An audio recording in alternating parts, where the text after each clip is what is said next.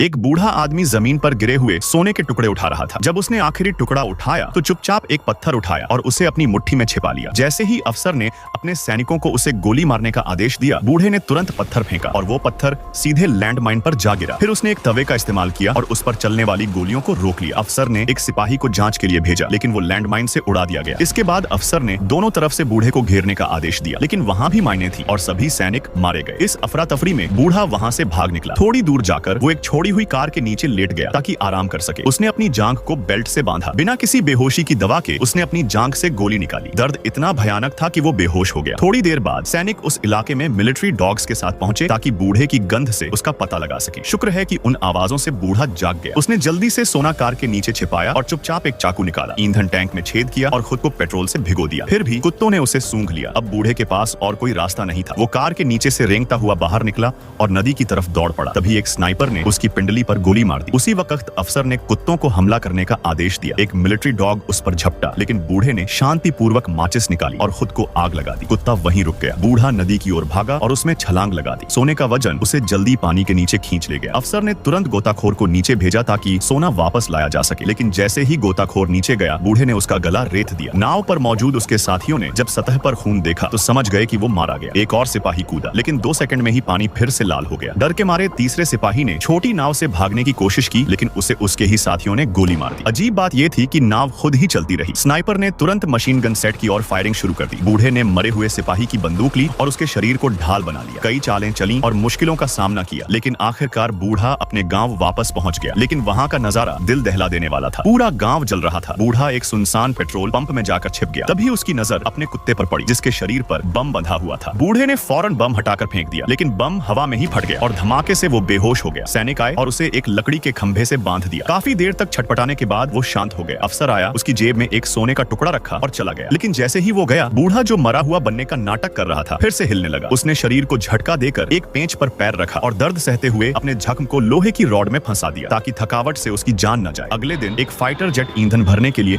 वहां से गुजरा। उसकी तेज हवा से वो पेंच ढीला हुआ और बूढ़ा जमीन पर गिर पड़ा और उसकी जान बच गई। जेब में रखे सोने के टुकड़े को देखकर वो अपमानित महसूस करने लगा। अब उसके मन में एक नया और बेहद खतरनाक बदले का प्लान बनने लगा।